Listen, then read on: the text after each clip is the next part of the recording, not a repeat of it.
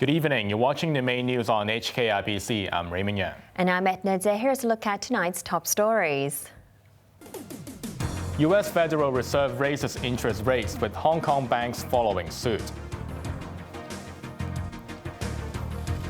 Former lawmaker Yeung wins appeal on assault conviction. And Fire Services Department offers new protocol to help callers treat patients. The U.S. Federal Reserve raised interest rates today and left its plan to steadily tighten monetary policy unchanged. The central bank said another rate hike is likely in December, while 3 more could be on the way next year, depending on the U.S. economy's performance. Isabel Wong reports. Today, the committee raised the target range for the federal funds rate by a 1/4 percentage point, bringing it to 2 to 2.25%.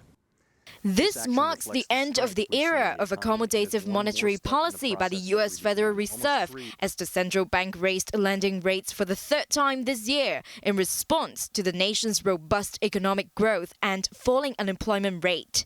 The move reflected an upbeat assessment of the American economy, and the U.S. Reserve Bank foresees another rate hike in December, 3 more next year, and once more in 2020. Looking ahead, today's projections show gradual interest rate increases continuing roughly as foreseen in June. The median of participants' views on appropriate policy through 2020 are unchanged since the June meeting. If the Fed sticks to its plan, that would put the benchmark overnight lending rate at 3.4%, roughly half a percentage point above the Fed's estimated neutral rate of interest.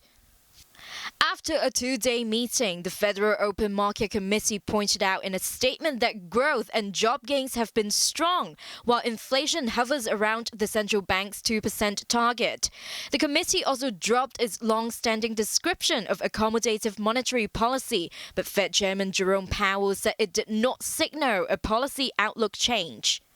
In response to the Fed's latest rate decision, Financial Secretary Paul Chan warned today that Hong Kong's low interest rate environment has come to an end.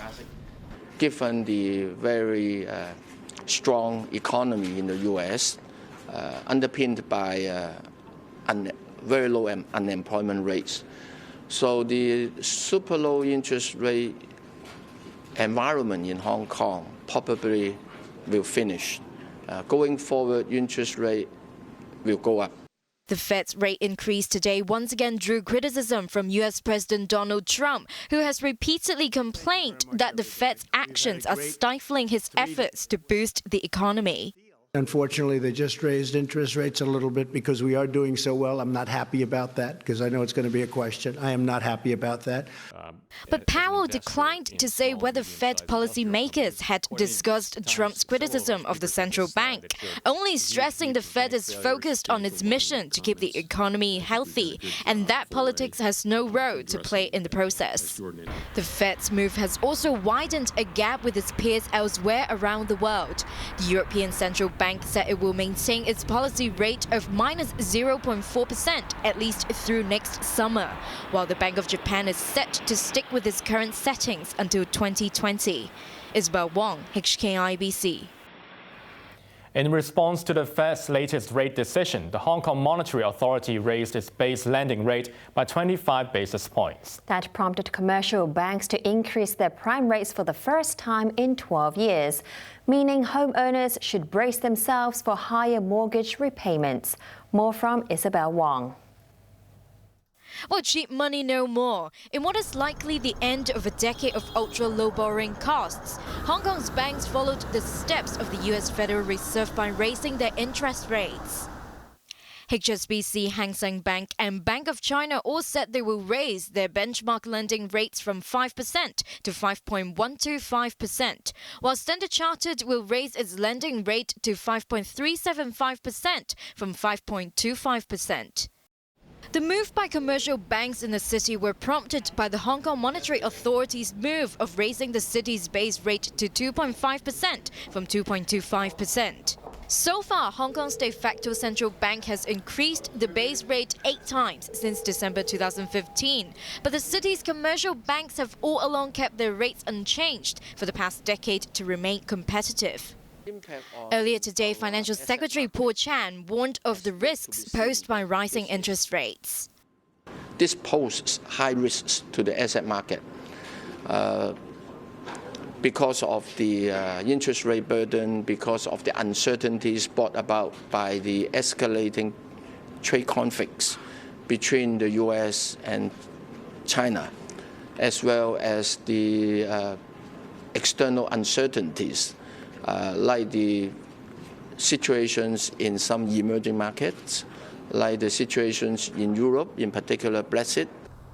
With interest rates finally going up, homeowners in the city may be under bigger pressure to repay their mortgages in the world's most expensive property market. But HKMA CEO Norman Chan said today that it would be unrealistic to assume property prices could only go up. For the property markets, there are many factors affecting market developments. The fundamental factors include the supply of land, supply of flats, the purchasing power of Hong Kong, economic development, market sentiment, and also interest rates. And if these factors should change, it is possible, it is only natural that the property market would respond to it.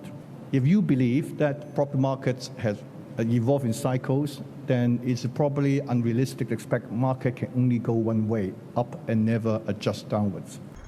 So far, figures have suggested otherwise. Home prices have already climbed 13% this year, according to Centerline Property Agency, and a whopping 487% from their 2003 trough. Isabel Wong, HKIBC. Former lawmaker Yeung has been spared jail time after the High Court dropped his assault conviction for hurling a glass towards former Chief Executive Leung in 2014. The judge dismissed Leung